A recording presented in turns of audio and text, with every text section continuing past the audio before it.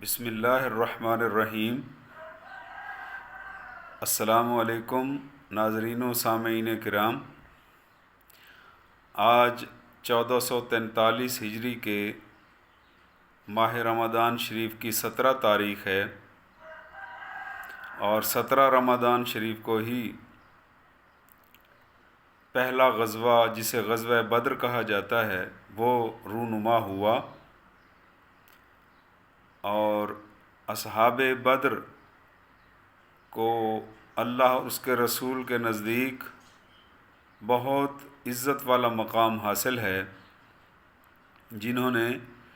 انتہائی مشکل اور آزمائش کے وقت میں دین اسلام کی سربلندی کے لیے رسول اللہ صلی اللہ علیہ وآلہ وسلم کی قیادت میں عشق و محبت کی لازوال داستان رقم کی، اور اپنے سے کئی گنا زیادہ اور طاقتور دشمن کا مقابلہ کیا اور کامیابی حاصل کی۔ لہٰذا آپ کے سامنے ان اصحاب بدر کی چند ایک کرامات کا ذکر کیا جا رہا ہے، تاکہ ہم بھی ان کے توسل سے اللہ کی رحمتوں کے حاصل کرنے والے بن جائیں۔ حضرت شیخ عسقلانی رحمۃ اللہ علیہ فرماتے ہیں کہ ان کے ایک چچا زاد بھائی کافروں کی قید میں پھنس گئے، تو انہوں نے اصحاب بدر کے نام لکھ کر ان کی طرف بھجوائے۔ وہ روزانہ اصحاب بدر کے نام پڑھ کر اللہ کی بارگاہ میں دعا کرتے رہے، حتیٰ کہ اللہ تبارک و تعالی نے انہیں کافروں کی قید سے آزاد کرا دیا۔ دوسری کرامت یہ ہے، حضرت زید بن عقیل اس بات کے راوی ہیں۔ وہ فرماتے ہیں کہ ایک تجارتی راستہ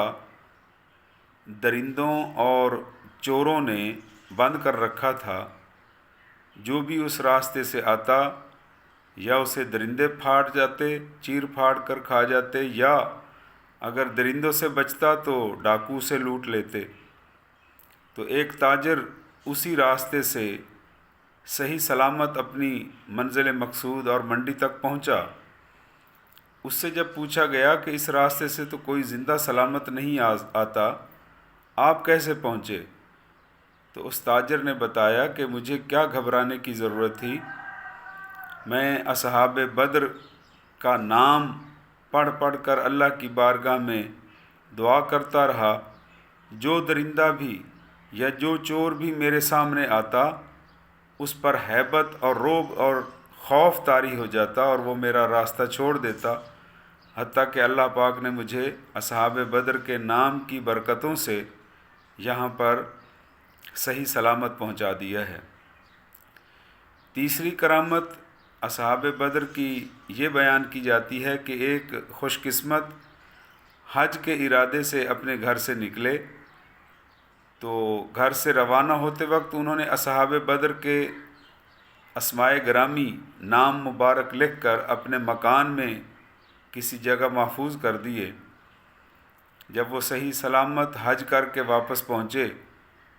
تو ایک شخص ان کے پاس آیا، کہنے لگا کہ میں چوروں کا سردار ہوں،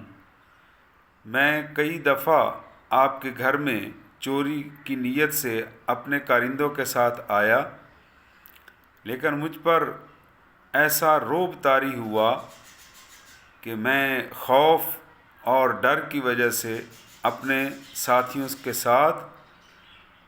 ہر دفعہ مجھے ناکام لوٹنا پڑا۔ اور ایک اور قابل غور بات کہ جب ہم تمہارے گھر میں چوری کی نیت سے آتے تھے تو تلواروں کی جھنکاریں ہمیں سنائی دیتی تھیں،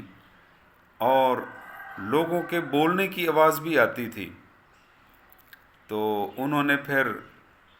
اس راز سے پردہ ہٹایا، اور اس شخص سے جو چوروں کا سردار تھا اور اب توبہ طائب ہو چکا تھا، اسے ارشاد فرمایا کہ میں نے اصحاب بدر کے اسماء گرامی یہاں لکھ کر رکھ دیے تھے،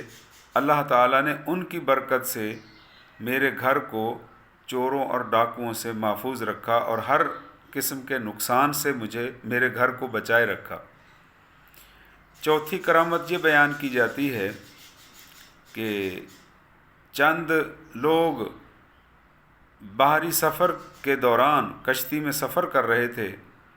کہ طوفان کی وجہ سے کشتی کے ڈوبنے کا خطرہ پیدا ہوا۔ ان میں سے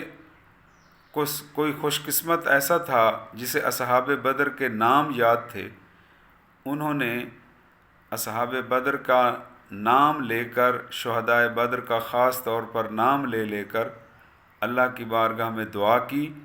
تو پروردگار عالم کے فضل و کرم سے وہ کشتی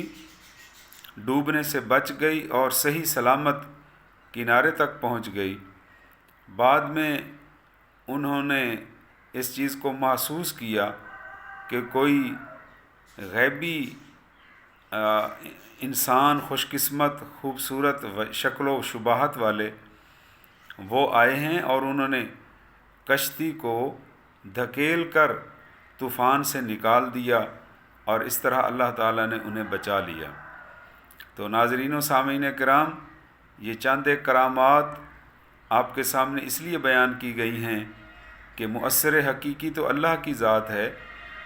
بچانے والا اللہ ہے، لیکن اللہ پاک وسیلے کے ذریعے سے اپنے بندوں کو اس لیے بچاتا ہے تاکہ دیکھنے والوں کو اور سننے والوں کو یہ پتہ چل جائے کہ جو اللہ کی بارگاہ میں مقبول ہوتے ہیں، جن کا مرتبہ بلند ہوتا ہے، اللہ تعالیٰ ان کی عزت افزائی کے لیے ان کے وسیلے کو قبول فرماتے ہوئے مشکلات میں گھرے ہوئے لوگوں کو نجات عطا فرما دیتا ہے۔ آخر میں اس دعا کے ساتھ کہ اللہ تبارک و تعالیٰ تمام جو دیکھنے اور سننے والے ہیں ان سب کو اصحاب بدر کے صدقے میں مشکلوں، مصیبتوں اور تنگیوں سے، پریشانیوں سے نجات عطا فرمائے اور خوشیوں سے مالا مال فرمائے۔ السلام علیکم ورحمۃ اللہ وبرکاتہ۔